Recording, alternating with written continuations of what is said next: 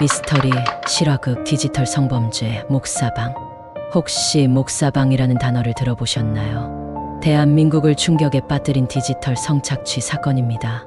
피해자만 234명, 그중 159명이 미성년자였죠.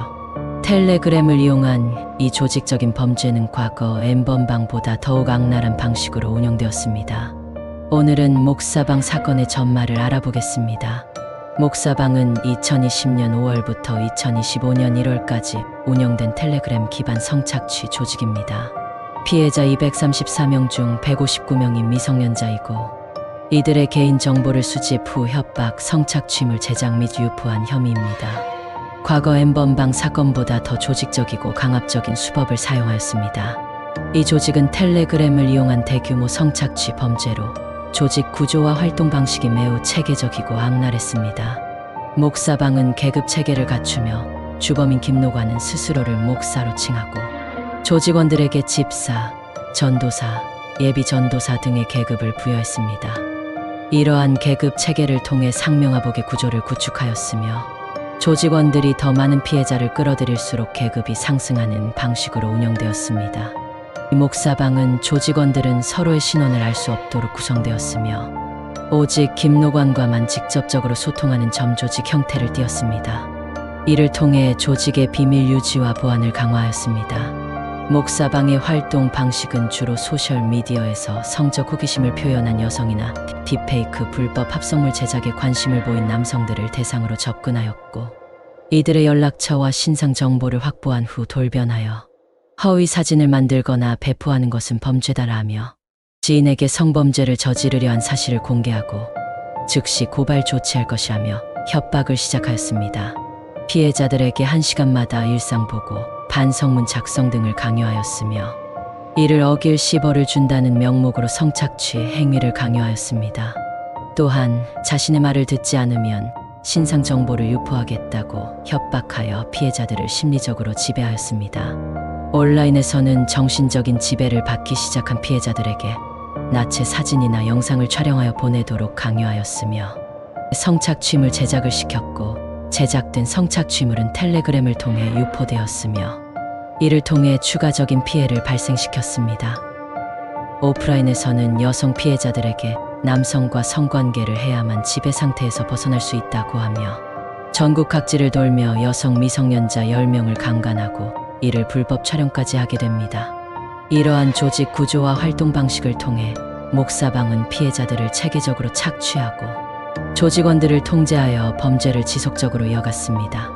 그러던 중 2023년 12월 한 피해자의 신고로 수사가 시작되었습니다. 서울경찰청 사이버수사관은 전국에서 접수된 관련 사건 60건을 이송받아 총 392일간의 수사를 진행하였고 수사 과정에서 경찰은 잠입, 위장 수사 등 다양한 기법을 활용하여 증거를 수집하기 시작합니다. 이번 수사에서는 우리나라 수사기관으로는 처음으로 텔레그램으로부터 범죄 관련 자료를 공식적으로 제공받았습니다. 이를 통해 범죄의 전모를 파악하고 주요 피해자들의 활동 내역을 상세히 확인할 수 있었습니다. 서울경찰청은 2025년 1월 22일 신상정보공개심의위원회를 개최하여 김노관의 신상 공개 여부를 심의하였습니다.